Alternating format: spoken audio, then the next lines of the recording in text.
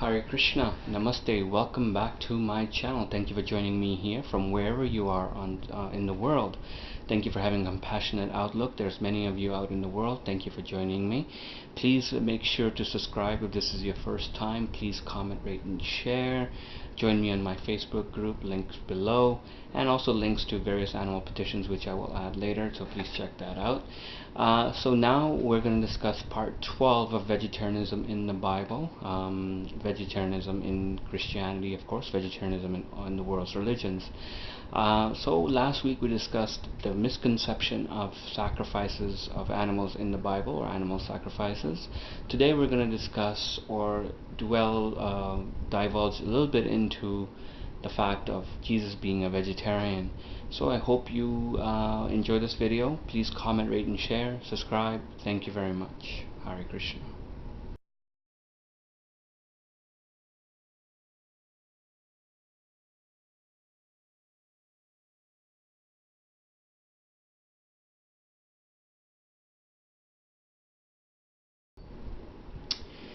Many biblical scholars believe Jesus was a member of the Nazarene Essence, a Jewish religious sect that followed a vegetarian diet and rejected animal sacrifices.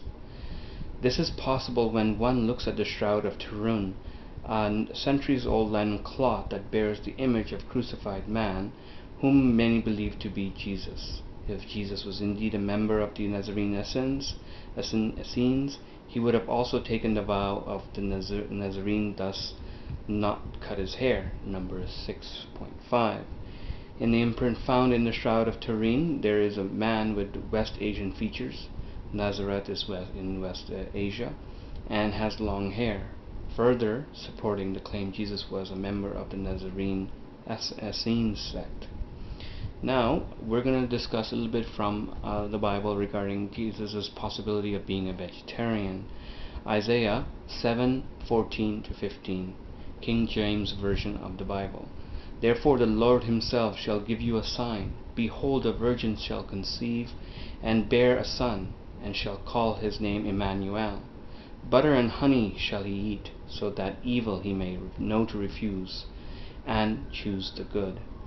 First of all, it says God's sign of the Messiah will be a virgin giving birth to a son. Jesus was born of a virgin mother. It says his name shall be Emmanuel, which means God is with us. Jesus' real name was Yeshua, which means God is salvation. The name Emmanuel is meant to signify that this will be the Messiah, regardless of what his name is. At any rate, in verse 15, the pre-Messianic prophecy of Jesus, it says he will eat butter and honey, so that he can know the difference between good and evil. Now, the question is, what does eating butter and honey have to do with knowing how to choose between good and evil? To answer this question, we must have an understanding of the Jewish beliefs about dietary laws and vegetarianism. Throughout history, there has been many vegetarian Jews. Even today, only in India has more faith-based vegetarians than Israel. These vegetarian Jews believe meat corrupted your soul. Eating meat was permitted by God, but so was drinking alcohol. In fact, just like alcohol, the Bible teaches meat makes you stumble or corrupts your heart. That is why Jesus, the Messiah, would eat butter and honey instead of meat, so that his heart would not be corrupted. Before, during, and after Jesus' time, Jews argued whether or not meat was good for people. Consider the 14th chapter of Romans 14:21. It is better not to eat meat or drink wine or to do anything else that will cause any man to stumble. There were many vegetarian Jews, so why not Jesus? Especially considering he was from Nazareth. Jesus is even called Nazarene in Matthew 2:23. Want an example of another vegetarian Jew from the Bible? How about the prophet Daniel? The name Daniel means God is my judge, showing how confident he was that his actions were righteous in the eyes of God. Well, Daniel also was a vegetarian. In the first chapter of the book of Daniel, Nebuchadnezzar, the king of Babylon, has imprisoned Daniel. In verse 8, Daniel refuses to defile himself by eating the meat being served to him in the prison. Some have said that this is because the meat was offered to the Babylonian gods, but this is incorrect, as vegetables were also offered in the name of these same gods. Daniel abstained from the meat be offered because he knew he was vegetarian. He knew the benefits of such a diet. Consider the following verses. Daniel 1:11-16.